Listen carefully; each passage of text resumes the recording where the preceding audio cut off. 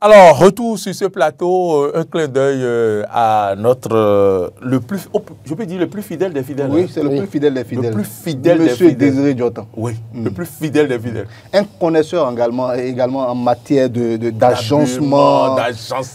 Si vous conseiller, avez... comment on va appeler ça, conseiller? Oui, c'est conseil habillement, si vous voulez. Conseil conseil en habillement, oui. Hein? Oui. La prestance sur le plan vestimentaire, c'est Désiré Si vous Diotan. faites la benoué. Rapidement. À sauve je le dis, la benoué. Oui. L'amélioration que nous avons sur ce plateau aussi, de temps en temps, il y a des choses qui viennent de lui aussi. Ah oui. Oui, non, mais ça là, ça ne marche pas. Bon, ne dis pas tout. Hein. Bon, on souhaite que la ministre de l'enseignement supérieur habillé aussi... conseil, on dit. Habillé conseil, merci beaucoup. Habillé conseil. Merci. Bon, et mesdames, messieurs, à présent, nous vous donnons la parole. Ça dit que... Il y a déjà quelqu'un qui appelle. C'est pas vrai. Ça sonne déjà. Il y a quelqu'un qui appelle. Non, sérieux? Oui. Ça sonne. Si quelqu'un appelle, ouvrez la ligne là. Il faut que les gens s'expriment. Le thème, c'est les échecs massifs dans les facultés. À qui incombe la responsabilité? Oui. Voilà le thème. Et à Djohou. Et où? Dangbo. Le saint paysan. Où êtes-vous? Et à Parakou. Hein? On a... Monsieur Sani qui appelle Monsieur souvent Sani, on a... S'il vous plaît. Évariste, tout ce Peut-être le doyen aussi peut appeler. Le doyen aussi peut appeler. Pour s'expliquer. Moi, j'ai lu tout. J'ai lu les justificatifs du doyen. Moi, je ne le blâme pas. Alors, bonjour. Bonjour, monsieur.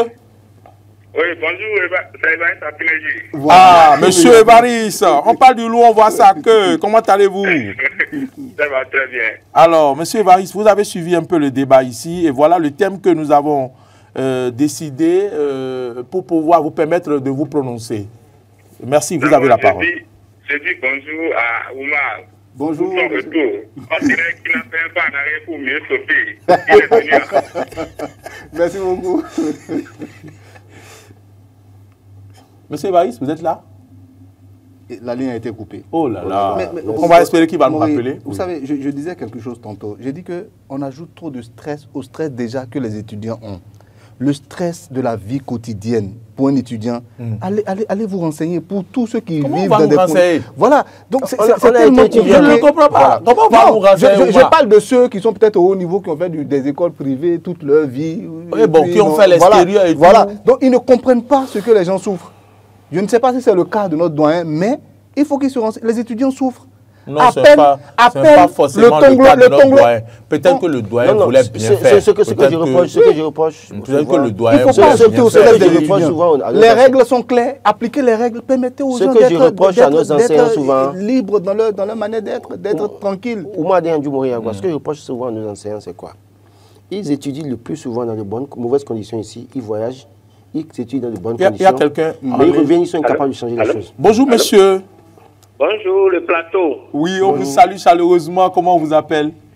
Je m'appelle Pierre Vitou de Vacon, dans la commune d'Afro-Misérité. Monsieur Vitou de Vacon, comment allez-vous? Je rends grâce au Seigneur. Je connais bien Vacon, le vendeur de la viande de porc qui est vers Vacon là. Il est là? Je m'en doutais. Oui, il est toujours là. D'accord, très bien, d'accord. Alors, vous avez la parole. Bien, écoutez. Excusez-moi. Vous avez posé quelques questions tout à l'heure vous-même. Vous avez demandé si le doyen de la faculté est fier de son résultat. Regardez combien de professeurs ont perçu combien comme salaire durant tout ce temps. Et c'est 6 seulement qui sont sortis sur 2000. Je crois que la question est posée. Moi, j'ai l'habitude de dire, lorsque les étudiants échouent, lorsque les élèves échouent, c'est d'abord le professeur, tous ces professeurs qui doivent se remettre en cause, qui doivent se demander est-ce que nous avons atteint notre objectif. Parce qu'en tant que professeur, vous avez des étudiants à votre âge, vous devez avoir un objectif à atteindre. Et quand vous finissez, est-ce que l'objectif est atteint? On doit forcément se poser cette question. Est-ce que j'ai mérité le salaire que j'ai pris durant tout ce temps? Ça. Pour 6 étudiants, vous avez perçu tout ça. Vous voyez? Donc, la question est là. Moi, mon souhait est que si ce douanier pouvait trouver la ligne et dire quelque chose, ce serait bon. Parce que c'est décourageant. Nous, les parents, c'est-à-dire les étudiants sont découragés. Donc, avec ce résultat-là, quel est l'étudiant qui aura encore envie d'aller faire le droit? Alors qu'il faut la relève. Il faut la relève, il faut des gens pour remplacer ceux qui vont à la retraite. Il faut des gens pour les changer. Donc, on décourage les étudiants qui auraient envie d'aller faire le droit. Il va dire, ah, si je vais là maintenant, 2000 et quelques, je vais sortir de ça là. Moi, je pense qu'il y a un problème qui se pose. Il faut chercher des solutions. Merci le plateau et bonne émission. Merci infiniment, M. Vitou. Mais il pose un problème. Les parents. Et on oublie souvent les parents. J'irai au TD. Il va prendre 2 millions, il va prendre l'argent de poche, il va faire ci, les parents. La crainte des parents durant l'année, quand l'enfant sort de la maison pour aller à l'université, quand l'enfant sort de la maison pour aller à l'université tous les jours, la maman ou le papa est inquiet, où est-ce que se trouve mon enfant, tout ça, le stress là des parents au quotidien. Moi, c'est pourquoi je dis, nos enseignants, la plupart du temps, étudient ici dans de mauvaises conditions. La plupart du temps, vont à l'essayer étudier dans de bonnes conditions, les grands diplômes reviennent ici, mais ils sont incapables de changer les choses à la ligne. Surtout quand ils ont le pouvoir de décision. Moi, je pense qu'il y a un problème. On doit pouvoir nous interpeller, chacun de nous là. Quelle est notre responsabilité dans ce qui se passe? Nous avons subi ça, mais nous n'allons pas continuer à accepter que ça continue. Bonjour, parce que les enfants bonjour téléspectateurs ou auditeurs. Henri, je voudrais rappeler à ceux qui sont... Bonjour, vous êtes déjà en direct avec nous. On rappelle à ceux qui nous suivent. Bonjour le plateau. Bonjour, monsieur. Si vous nous suivez à la radio, vous pouvez appeler le 01 48 52 94. Monsieur Alessandre de Révier. Monsieur Alessandre de 02. Monsieur Alessandre, bonjour. Bonjour, je salue tout le plateau. On vous salue, on salue Révier, on salue tout Révier. D'accord, d'accord. Donc, bon, moi, j'ai l'habitude de commenter un peu ce qui s'est passé avant de venir sur la suite du Cali. Tout à l'heure, sans vous mentir, j'ai suivi le débat sur le ministre conseiller Apona et Badamassi. Oui. Et ce que j'aimerais dire à mon frère, moi, et nous voulons être éclairés. On veut comprendre. Nous, on n'est pas politique, on n'est pas journaliste. Nous sommes des restaurateurs. Nous voulons être bien éclairés. Si ce que nous comprenons est bon, c'est mieux. Donc, si le journaliste qui devait nous éclairer nous embrouille, ça me gêne un peu. Quelqu'un vous a embrouillé ici? Quelqu'un vous a embrouillé ici? Embrouillé comment? Oui. Qu'est-ce que je dis par là? Tout le monde a suivi les propos du ministre. Oui. On sait de qui il parle, donc on n'a plus besoin de contourner. Non, moi je ne sais pas de qui il parle. Non, Oumar a juste demandé à ce que, bon il a émis des réserves. Il a émis des réserves, voilà. C'est sa position, on va respecter. D'accord. Et nous qui avons dit ce que nous pensons, c'est notre choix aussi. Un bon journaliste, un bon journaliste. Tout à l'heure, j'ai vu sa réaction par rapport aux échecs. Je vais revenir sur ça. On a l'habitude de dire quelque chose. Et nos amis de la mouvement fassent attention. C'est le seul ministre qui n'a jamais dit un mauvais mot à l'endroit de Yahi Boni. Donc, qu'il fasse attention. Sinon, il risque de perdre tout. Parce que c'est le seul ministre qui a été élu député même. Merci de réagir maintenant sur le sujet des échecs. Bon, je vais sur le sujet. Merci beaucoup. Monsieur Omar a tout dit. Monsieur Alessandre. Et moi, j'ai un enfant qui fait le droit, qui a commencé le droit, elle passe en deuxième année. Moi, j'ai l'impression de la déposer au campus. Mais les petits que moi j'ai eu peur. Et qu'est-ce que j'ai fait? J'ai été obligé de lui faire suivre les TD. Chaque mercredi, je dois payer 5 000. Waouh. Sur une autre matière, elle a validé 7. Et les 2 derniers, elle vient de valider. Donc c'est pour dire que le système éducatif, sur ce plan-là, je demande au gouvernement de le revoir. Et même les professeurs qui ont affiché ou le doyen qui a affiché, ils ne devaient pas afficher ça. Ça doit faire l'objet d'un conseil entre eux d'abord. Nous ne devons pas apprendre ça d'abord. Ils doivent discuter correctement, trouver les voies et moyens avant de jeter ça. Si hier j'ai lu le truc, je crois que c'est de la blague. Et j'ai envoyé ça à ma fille qui fait le droit. Je dis, tu vois. Et j'ai même posé la question de savoir, est-ce qu'on ne peut pas enlever la matière de droit de Parakou et ramener ça à Cotonou? C'est mieux. C'est pas mieux. Votre fille n'a pas envie d'aller faire la deuxième année à Parakou? Non, elle était au campus ici. Moi, j'ai dit, est-ce que les autorités ne peuvent pas enlever le droit de Parakou? Non, monsieur Alessandre, ça va compliquer les choses parce que ça va rajouter à l'effectif pléthorique ici encore. Non, Cotonou au moins, on peut suivre. Parce qu'on ne sait pas ce qui se passe de l'autre côté.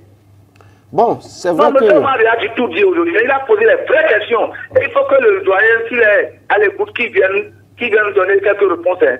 Merci beaucoup. Merci beaucoup. Merci, on va essayer de le joindre pour s'il peut nous dire un mot, parce qu'il a quand même donné toutes les explications déjà. Oui, mais au fond, on insiste sur le fait que est-ce que les conditions sont réunies pour permettre aux étudiants de faire ce qu'ils demandent. 01 48 52 94 02 pour ce monsieur dit il paye 5 000 francs tous les mercredis pour son enfant. Oui, est-ce que tous les parents ont les moyens de payer pour les déplacements? Non, pas du tout. Ça. Pas du tout. Il faut d'abord trouver les moyens pour donner à manger à l'enfant avant de payer 5 000 francs. Allô?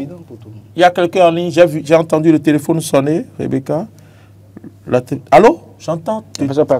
Donc, je crois que véritablement, il parle d'investissement. C'est vrai qu'on me dira, oui, il y a eu un débat qui a commencé à un moment pour dire que l'université, ce n'est pas pour les pauvres, qu'il faut avoir les moyens pour aller à l'université. Mais c'est n'importe quoi. Tout le monde doit avoir sa chance dans le pays. Allô, bonjour. Bonjour. Bonjour. Bonjour, monsieur le journaliste. Merci de vous présenter. Ici, c'est monsieur Tofa Eloi. Monsieur Eloi. Je suis directeur d'école. Oui. Et votre débat m'intéresse, je veux intervenir. Vous êtes déjà en direct et puis vous avez la parole, monsieur Tofa Eloi, directeur d'école. Merci beaucoup. Je crois que la responsabilité est partagée. Hein? La responsabilité est partagée parce que, premièrement, il faut tenir compte de l'âge des enfants. Oui, ils sont fragiles. Parce que nos parents, la première des choses, on précipite les enfants à l'école. De sorte que déjà, à l'université, les enfants ont 16 ans, 15 ans. Et il faut vous dire que les parents faisaient tout au secondaire. Quand on arrive à l'université, on est capable de prendre des professeurs d'université pour ces enfants. Deuxième chose, il y a aussi les professeurs d'université qui se comportent comme des demi-dieux. De sorte que quand l'enfant ne travaille pas, apparemment ils sont fiers. On se dit, je suis titulaire de chaire, je suis professeur agrégé, je suis ceci. Les résultats aussi devraient les interpeller. Voilà, donc je crois qu'il faut nuancer les deux. Et le gouvernement doit tout faire pour diviser la poire en deux, de sorte que les parents n'investissent pas également dans le vide. Parce que les TD, nous payons. Chaque TD, tu dois payer. Et l'enfant également, tu dois payer le déplacement, la restauration de l'enfant. Il doit tenir compte de tout ça là. Et il y a assez de matière inutile également. C'est tout ça là qui fait que vraiment les résultats, c'est à revoir. Il faut une bonne réforme au niveau de l'université. Voilà ce que je pourrais dire pour le moment. Vraiment, merci monsieur Éloire. Appelez-nous souvent, mon cher directeur. En fait, c'est ce que je disais, que les enfants d'aujourd'hui sont fragiles en réalité aussi. Dans la manière dont nous on était éduqués, nous autres, c'était Cabri. On avait peut-être Cabri mort. On dit que c'est quand nous tombons qu'on se relève bien. On avait le CP à 13 ans, 14 ans, 15 ans, 17 ans pour certains parmi nous. Et qui avaient peut-être déjà les os durs. Mais ici, vous avez des enfants de 9 ans. Les os mental qu'il faut pour pouvoir affronter l'université. Le petit a le bac. Et puis monsieur, le dernier qui a appelé Éloi Tofa. Monsieur Éloi Tofa, oui. Voilà, celui qui a appelé, il a dit quelque chose, mais c'était très important. Il y a certains professeurs qui se prennent effectivement pour des demi-dieux. Ils se croient. Ils nous disent ça. Voilà. Ici, ils sont des demi-dieux. Des méthodes de 1960 qu'on leur a inculquées, c'est ça qu'ils veulent inculquer aux enfants. Une rigueur, on ne sait même pas d'où est-ce que ça vient. Il faut que tout le monde, quand le professeur vient, on dit « Ah oui, c'est le professeur de truc qui vient. Ah, lui, sa matière là, personne n'a un truc dedans pour avoir dit dans sa matière. » Et ils sont fiers, ils sont contents. Et non, mais c'est pas ça. Ce n'est pas ça. Pour finir, je voudrais vous raconter une anecdote. Quand ils vont en Europe, on leur donne les diplômes facilement, ils reviennent. Au lieu de changer la méthode. Non, mais les conditions existent. Les conditions existent. La bibliothèque, c'est facile. La bibliothèque est là. Oui, c'est pour ça. Je vais rectifier. Pas facilement. Facilement parce que les conditions existent. Dans de bonnes conditions. Mais facilement que j'emploie, c'est sur le plan émotionnel. Ils ont le professeur qui est accessible. À tout moment, ils peuvent s'approcher de leur professeur. Chez nous, là, dans sa veste, cravate, tu vas le trouver où même dans son bout de l'or, quand tout blanc. Il est capable même de te dire ils vont dans les bars, ils vont dans les boîtes. Ils ont les dreads sur les têtes. Les dreads sur les têtes. Et ils redeviennent artistes le plus souvent. Laurent, je voudrais dire une anecdote. Oui, mon professeur qui vient, il nous envoie faire des recherches. Et chacun choisit sa localité. Moi, j'avais choisi Boycon. Je suis allé à Boycon. C'était sur les centres relatés. Et puis, on est revenu. Il a attribué les notes. Et c'était par paire étudiant. Moi, quand j'ai pris une autre feuille, j'ai regardé, j'ai vu qu'il y avait 0,50 de plus. Donc, quand je totalise, il y a 0,50 de plus. Donc, je suis allé voir le professeur pour dire que, bon, 0,50... Pour rentrer dans vos droits. Non, non, j'ai dit les 0,50 de plus là, que c'est la présentation ou bien c'est quoi. Il dit, ah bon, vous voulez me demander que je retire ça? Il a retiré. Il a retiré. Il a retiré les 0,50. Voilà, vous avez cherché. De la note.